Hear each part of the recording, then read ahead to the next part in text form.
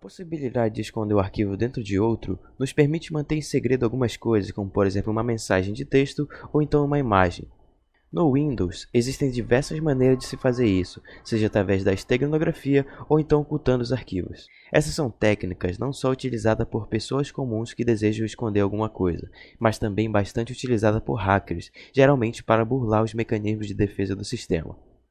Na aula de hoje, mostrarei uma técnica utilizada por hackers para esconder arquivos dentro de arquivos no Windows. E aí, ficou curioso? Deixa então eu te mostrar como que essa técnica funciona.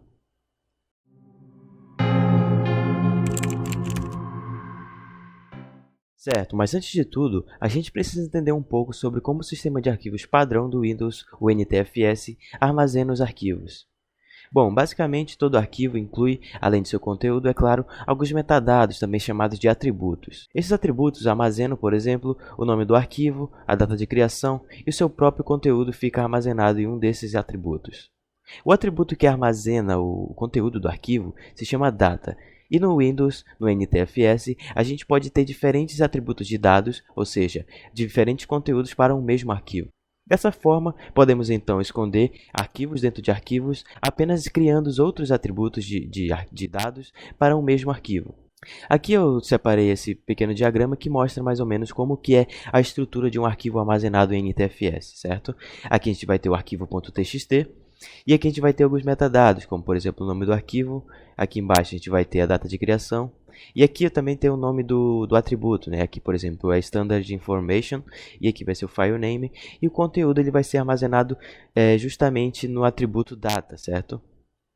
Então, a questão aqui é, a gente pode criar diferentes atributos de data, atributos desse tipo aqui, de conteúdo, para um mesmo arquivo, tendo assim, então, diferentes arquivos dentro de um único arquivo. Podemos ver aqui, uma coisa bastante interessante, é que o data, se você for analisar, ele tem dois pontinhos aqui. Esse atributo data, que armazena o conteúdo do arquivo, é geralmente chamado de string sem nome, ou então string padrão. Isso porque o nome dessa string é justamente uma string vazia, né? Aqui a gente vai ter que não tem nenhum caractere aqui. Mas quando a gente for criar o nosso outro atributo de dados, a gente vai atribuir um nome aqui entre esses dois pontos, certo? Tá, então vamos ver isso na prática, como que funciona mais ou menos, certo? Vamos lá pro terminal. Ok, então aqui eu estou aqui no meu CMD e vamos ver na prática como que funciona aquele atributo de dados, o data, né? E como que a gente pode trabalhar com ele aqui no CMD e no Windows, certo? Então eu vou criar aqui um arquivo chamado boa noite, não, mentira, eu vou criar um arquivo chamado teste, que eu vou mandar um boa noite aqui para ele, teste.txt, certo? Criei um arquivo aqui, se eu vir aqui no meu desktop, eu posso abrir ele normalmente, né? Aquele conteúdo que eu redirecionei está aqui dentro desse arquivo teste.txt. Mas como eu falei para vocês, esse conteúdo ele fica armazenado naquele atributo, né? O atributo data ou o atributo sem nome. Então se eu der um dir aqui, vocês vão ver que não tem nada. Mas eu posso acessar aquele mesmo atributo dessa maneira aqui, por exemplo, notepad teste.txt e aqui dois pontos. Data. Isso aqui ele vai acessar o mesmo conteúdo como se eu estivesse acessando justamente o teste.txt, mas é uma maneira diferente ali de acessar o atributo data, certo? O atributo sem nome. Mas como eu disse também, a gente pode ter diferentes atributos de dados para um único arquivo. De que forma a gente pode fazer isso? Então, deixa eu só limpar aqui o CMD. Eu posso fazer isso da seguinte forma, como eu disse, por exemplo, vou dar aqui um bem escondido. E vou jogar lá para o teste.txt. E se vocês se lembrarem, o atributo data, né, o atributo padrão, ele, como eu disse, ele é chamado de atributo sem nome. Por quê? Porque entre os dois pontos não existe exatamente nada, né? Então, se eu quiser criar um novo atributo de dados, basta eu adicionar aqui o nome, por exemplo, escondido. Pronto. Se eu voltar ali para o meu desktop e abrir o arquivo, vocês vão ver que praticamente nada aconteceu, né? O conteúdo continua o mesmo e o arquivo continua com o mesmo tamanho, né? 15 bytes aqui no caso.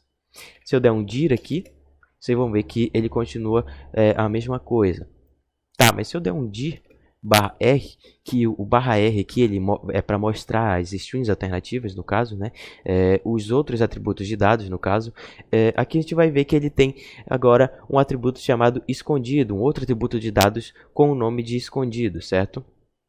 Então, se eu quiser acessar agora esse atributo, eu posso fazer um more redirecionar ali, e o teste.txt escondido. Você vai ver que agora eu vou conseguir acessar o conteúdo que está dentro do arquivo .txt, mas só que está em outro atributo de dados, certo? Se eu vou acessar aqui, ele vai me mostrar o que eu joguei ali dentro daquele atributo escondido, certo? Mas a gente não se limita só a um, a gente pode ter quantos atributos você quiser. Por exemplo, vou botar aqui, ó, segredo.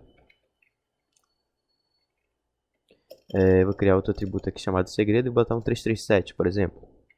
E agora, se eu der um div/e, vocês vão ver que outro atributo foi criado, certo? E se eu voltar, ó, perceba que aqui o teste.txt ele continua com 15 bytes. Se eu voltar aqui na minha desktop, vocês vão ver que aqui ele ainda vai mostrar como que se o teste.txt tivesse 15 bytes, certo? Então, quanto mais conteúdo você tem, isso não vai influenciar no tamanho do arquivo. É claro que vai influenciar no tamanho em disco, mas não aqui no tamanho mostrado. Então, você pode ter, por exemplo, um arquivo que tenha infinitos não, mas diversos atributos de dado que, por exemplo, preencha todo o HD. E dessa forma, você vai, por exemplo, ter um arquivo muito grande, só que o Windows ele vai mostrar, na verdade, como se tivesse 0 bytes. Não sei se vocês pegaram a ideia, mas a gente pode fazer isso mais ou menos. Tá, se vocês já pegaram a ideia de como a gente pode esconder um arquivo dentro de outro aqui, através dos atributos de dados, vocês já devem imaginar como que isso pode ser perigoso, né? A gente pode, por exemplo, escrever um malware e jogar ali para um atributo de dados, e aquele arquivo ele vai ser, por exemplo, um arquivo de texto comum, só que dentro desse arquivo de texto, em outro atributo, ele vai ter ali o malware. Então a gente pode fazer isso da seguinte forma. Ok, então eu criei aqui um arquivo chamado evil.py, e esse arquivo em Python ele vai executar essas instruções aqui no CMD, certo? Ele vai tacar um dir aqui na minha desktop e vai jogar para um arquivo na minha própria desktop chamado output.txt, certo? Então, eu vou aqui criar um arquivo chamado com conteúdo de nada, por exemplo, e vou criar o nome dele vai ser teste.txt. Tá, foi criado aqui no meu desktop. Esse evil.py, como eu já expliquei, é o meu arquivo, é o meu malware, entre aspas, e eu vou criar uma nova string com o conteúdo desse evil.py. Então eu vou pegar aqui o type evil.py e jogar ali para o teste.txt para um novo atributo de dados chamado não, malware não, bota shell. Certo, agora se eu der o dir/e, vocês vão ver que o novo atributo foi criado, né? O atributo shell. Então, eu posso acessar então o conteúdo desse atributo shell e executar o que está dentro desse atributo, né? Executar, no caso, esses comandos aqui em Python. De que forma eu posso fazer isso? Da mesma forma que eu usei ele com o more anteriormente, eu posso fazer com Python aqui então, teste.txt e botar aqui 2 pontos e shell. Se eu executar, vocês vão ver que nada foi impresso, mas se a gente for na minha desktop, ele vai criar um arquivo aqui chamado output.txt.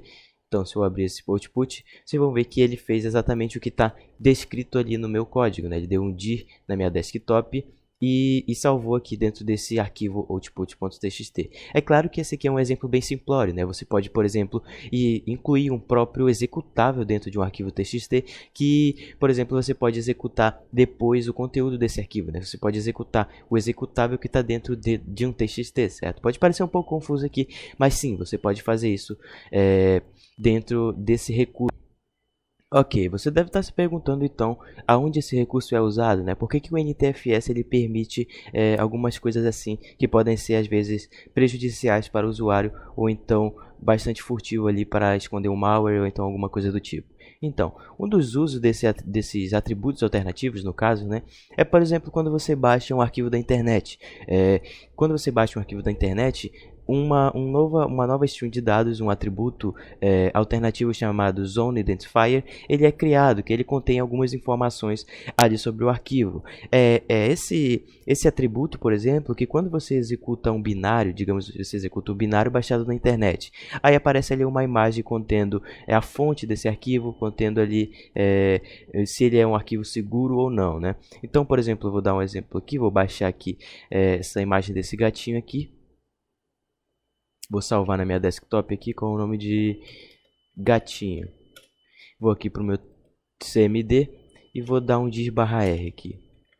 Vocês vão ver que esse gatinho.jpg ele vai ter também, como eu disse, esse atributo de dados chamado Zone Identifier, né? E esse Zone Identifier, se eu ver o que tem dentro desse atributo, vamos ver aqui. Vocês vão ver que algumas coisas referentes à fonte, né?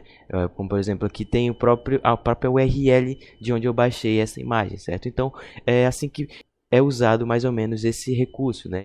Certo, então estudamos um pouco sobre o Alternate Data Stream, que é esse recurso, né? O recurso de strings alternativas de dados, que a gente cria ali atributos diferentes para o mesmo arquivo e a gente consegue esconder dentro desse arquivo vários outros conteúdos, né? Esse é um recurso ali que foi criado majoritariamente para concordar com outro recurso do macOS, do sistema de arquivo do macOS, que não entra no caso agora, mas espero que vocês tenham gostado dessa aula aí, espero que vocês deixem seu gostei, compartilhe se tenham gostado mesmo e valeu galera, até a próxima aula. Fui!